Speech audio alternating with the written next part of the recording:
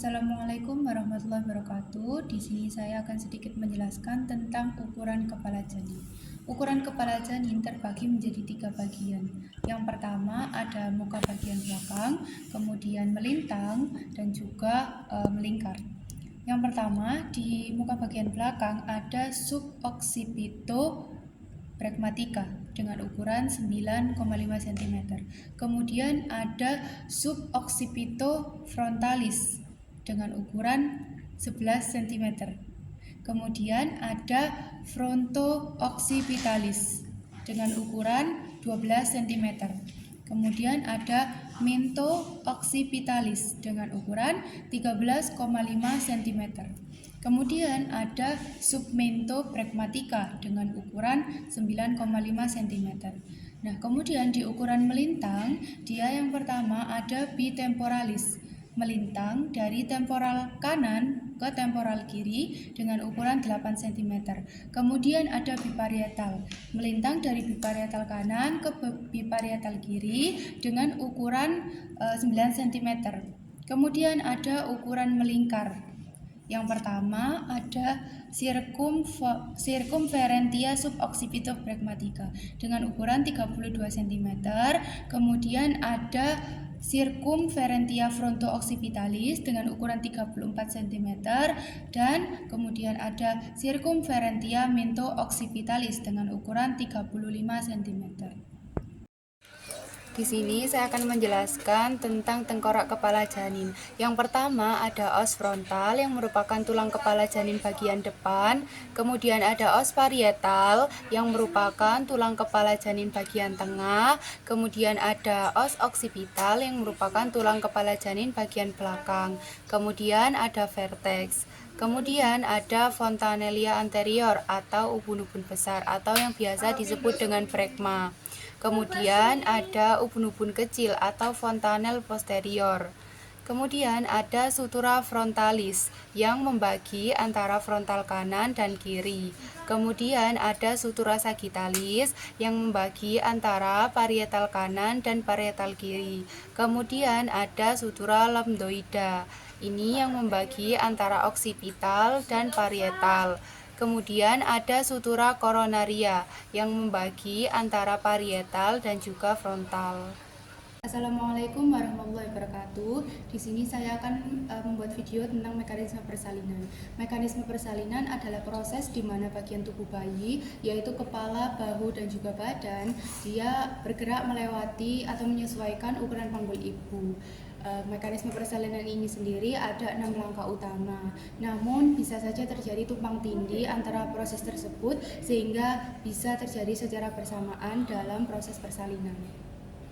Adalah proses enlargement. Dikatakan kepala enlargement apabila diameter terbesar ini biparietal, diameter biparietal sudah terpegang oleh pintu atas panggul. Jadi kepala sudah masuk ke pintu atas panggul dengan diameter sagittalis, ini melintang di pintu atas panggul atau di antara promontorium dan juga simfisis. Nah, ini disebut sebagai simklitismus. Kemudian ada beberapa faktor dorongan dari amnion, dorongan dari fundus, dorongan dari kontraksi uterus, maka kepala akan semakin turun ke dalam rongga panggul. Akan tetapi terjadi beberapa kondisi yang dikatakan sebagai asimklitismus. Kemudian ketika bagian terendah janin ini mendekati promontorium, sehingga tulang parietal depan lebih rendah, dikatakan sebagai asimklitismus anterior. Kemudian makin turun lagi sehingga kepala tertahan oleh simfisis. Bagian bawah akan turun sehingga sutura sagittalis dia akan mendekati simfisis, dikenal sebagai asimklitismus posterior. Posisi kepala akan sedikit fleksi. Kemudian posisi kepala akan sedikit fleksi. Fleksi merupakan proses dagu mendekati dada. Dengan majunya persalinan dan adanya kontraksi, maka akan terjadi proses penurunan kepala. Kemajuan kepala akan diawali dengan kepala semakin fleksi, sehingga ukuran yang awalnya fronto-occipitalis akan berubah ketika semakin fleksi. Maka bagian yang akan menjadi bagian terendah adalah ubun-ubun kecil atau bagian belakang kepala, sehingga diameter dari kepala menjadi suboccipito-bregmatica. Begitu fleksi sudah terjadi secara maksimal dan dengan adanya tekanan dari fundus, tekanan dari amnion dan adanya kontraksi uterus, bahkan di kala 2 ada dorongan meneran dari ibu, apabila bayi sudah berada di bidang hostika atau sejajar dengan spina ischiadica atau berada di bidang luas panggul, maka bayi akan melakukan putar paksi dalam. Putar paksi dalam akan terjadi secara bersamaan antara kepala dan juga bahu. Jadi kepala akan berputar 45 derajat yang pertama, atau ke arah anterior atau ke arah simfisis. Jadi kepala akan berputar 45 derajat ke depan diikuti oleh bahunya, sehingga bahu berada di diameter oblik atau diagonal dari PAP atau pintu atas panggul. Ketika kepala sudah berputar 45 derajat yang pertama sehingga ubun-ubun kecil, dia akan berada di sekitar jam setengah 12 apabila punggung kanan. Namun apabila punggung kiri, dia akan berada di jam setengah 2. Apabila kepala bayi sudah berputar 45 derajat yang pertama, bahu akan berada pada posisi diagonal. Ketika kepala masuk untuk putar paksi dalam pertama, bahu akan ikut turun ke dalam panggul.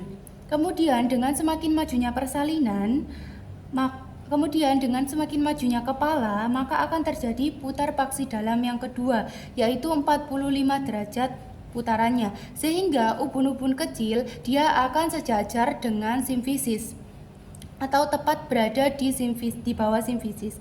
Akan tetapi perputaran ini tidak diikuti oleh bahu, sehingga di setiap mekanisme persalinan akan terjadi torsi bahu dan kepala sekitar 45 derajat. Jadi bahu masih dalam posisi oblik. Ketika ubun-ubun kecil sudah berada tepat di bawah simfisis, maka kepala sudah siap untuk dilahirkan atau kepala sudah siap untuk melakukan ekstensi. Ekstensi ini terjadi karena ada 2 dorongan yang berlawanan.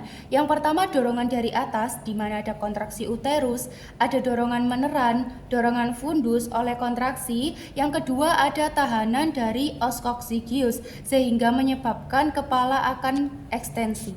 Ekstensi terjadi apabila suboksiput atau ubun-ubun kecil sudah berada di bawah simfisis.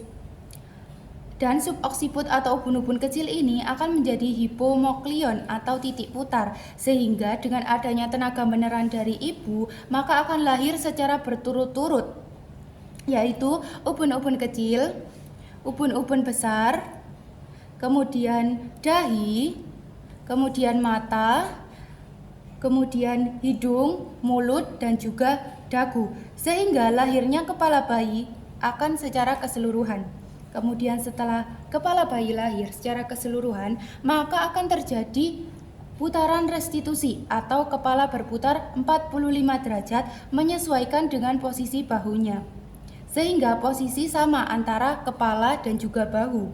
Setelah terjadi restitusi, kepala dan bahu akan secara bersamaan melakukan putar paksi luar yang kedua, yaitu 45 derajat, sehingga yang awalnya berada pada posisi diagonal akan berubah menjadi posisi anterior posterior atau depan dan juga belakang. Kemudian setelah bayi melakukan putar paksi luar secara sempurna, maka bayi akan melakukan ekspulsi, di mana bayi akan keluar sesuai dengan rongga panggul atau sesuai dengan sumbu panggul. Akan keluar bagian bahu depan terlebih dahulu, kemudian disusul dengan bahu belakang, kemudian lahirlah badan bayi secara keseluruhan.